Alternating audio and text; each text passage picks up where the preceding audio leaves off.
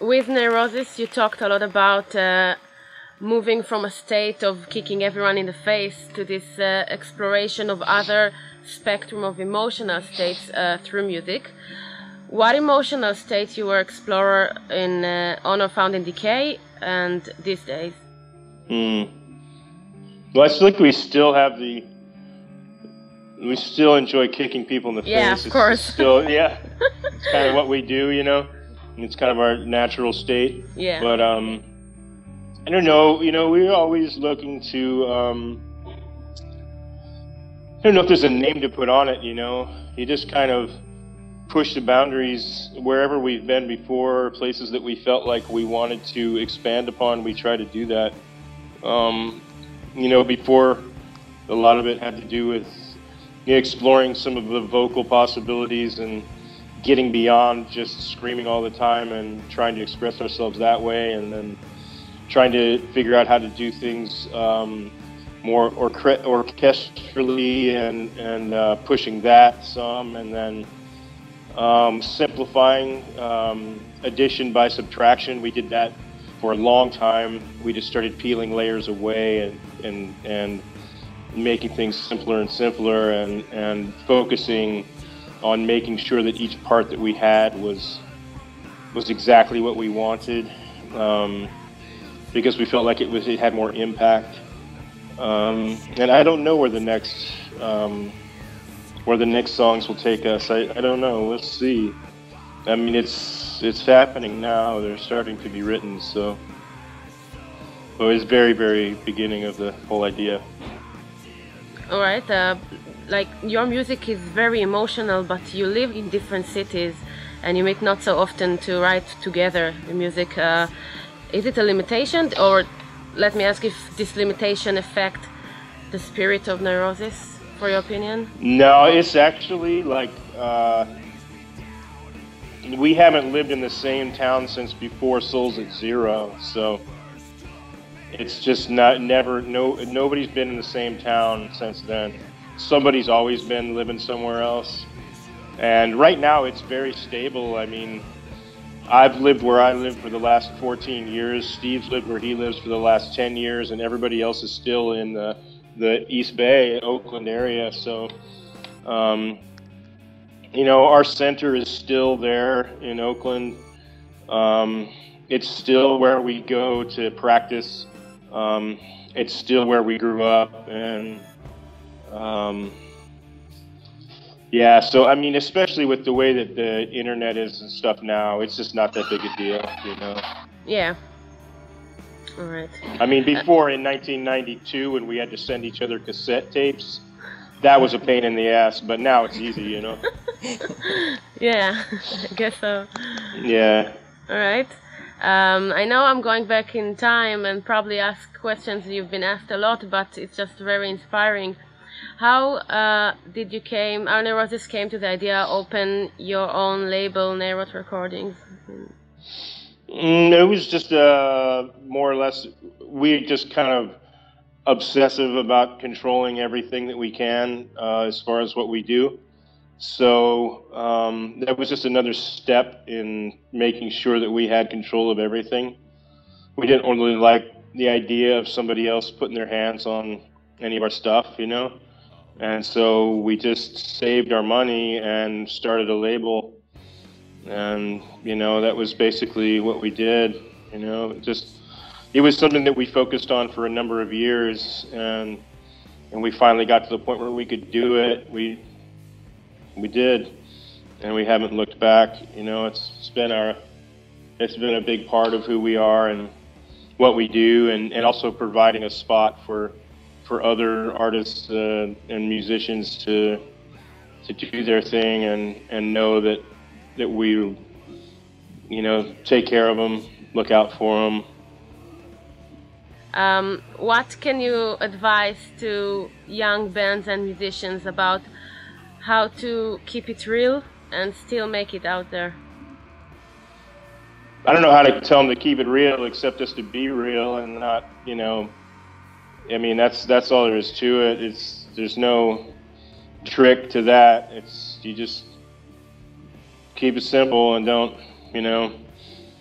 don't waste your time like doing shit that you don't feel 100% about. Don't waste your time playing with people that you don't feel 100% about. You know, make a commitment, stick to it. You know, I mean, there's a lot of people that it's kind of a transitory position to go through having a band or playing music for a minute in their life, and then they decide that they want to do something else, you know, go to school or, you know, do whatever, you know, get a real job. And, you know, you're going to sacrifice a lot to do this. I mean, yeah, we all have regular jobs, but, you know, there's only 2 of us that actually got educations, and the rest of us have shit fucking jobs where we have to do stuff that basically sucks because we didn't get a chance to learn any other jobs because we were on tour the whole time when we were kids, you know? So that's just the reality of it. You got to accept that, you know? And so, I mean, I don't know. I mean, it's, if they want to do it, then they'll just do it, and there shouldn't be, you know, there's no questioning it. If you've got it in you, you'll get it done, and if you don't, then it'll just kind of break you over time, and you'll go on to other things. But for us, there was never any question, you know. It was just had to be this way. Only question was whether we would survive to be able to be here now, you know. Yeah. So we got lucky. Yeah, we got lucky then too. That you survived. Thanks. Yeah, thanks. That's nice.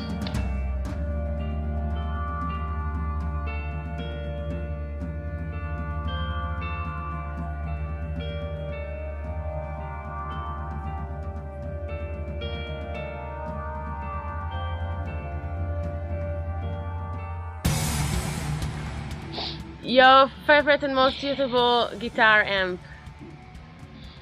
It's like a Marshall JCM 800, 2-channel. But I can't ever get them anywhere anymore, and since I have to rent gear all the time, I usually just get like a 300-watt SVT Classic and run a power amp through it. All right. I don't do anything that special. All right.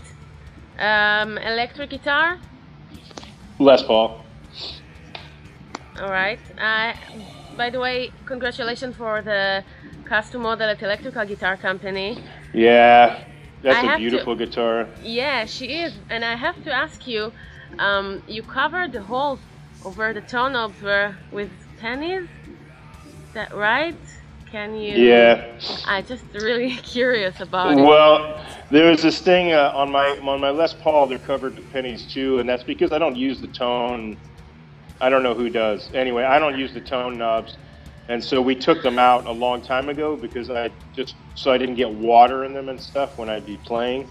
So we took them out and covered them with pennies, and you know, pennies was like when people would die back in the old days, they would put 2 pennies on their eyes as they would send them off, right? Yeah. So, yeah, so it was kind of like, you know, making it, you know, undead. Because I have a habit of killing my gear, and it actually seemed to work. So we killed it before I could, and then it lived.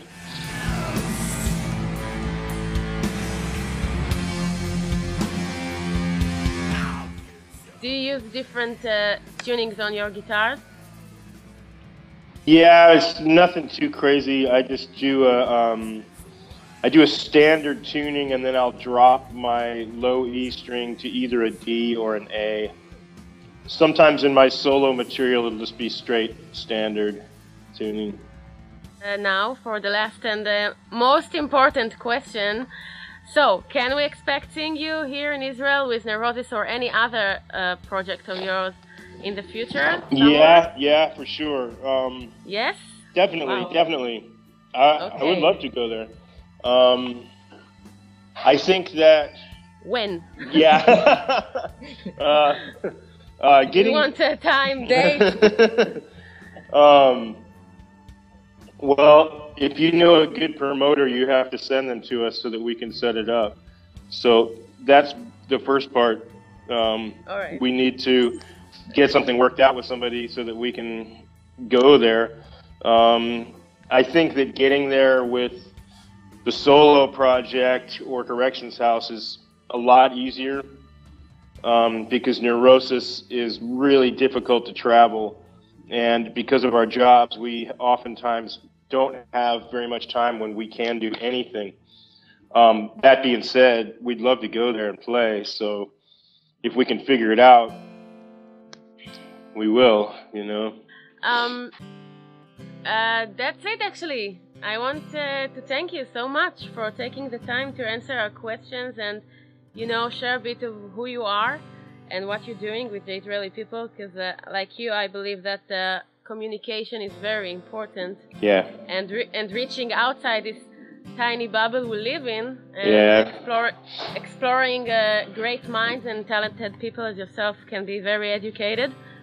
And I don't know about that. yeah, it is. I don't know about the great mind part. No, I know. I didn't ask you. I just told you. So seriously, the impact is, you know, is beyond words. So really, thank you so much, and returning to the sun, I guess. Yeah. Okay. Thank you very much. I hope to see you there. Yeah, we hope more than you to see you here. I don't know about that. We'll see. Okay. Thank you, Scott. Thank you. Yeah. Take care. Be good. You too. Okay. Bye-bye. Bye-bye. Bye-bye.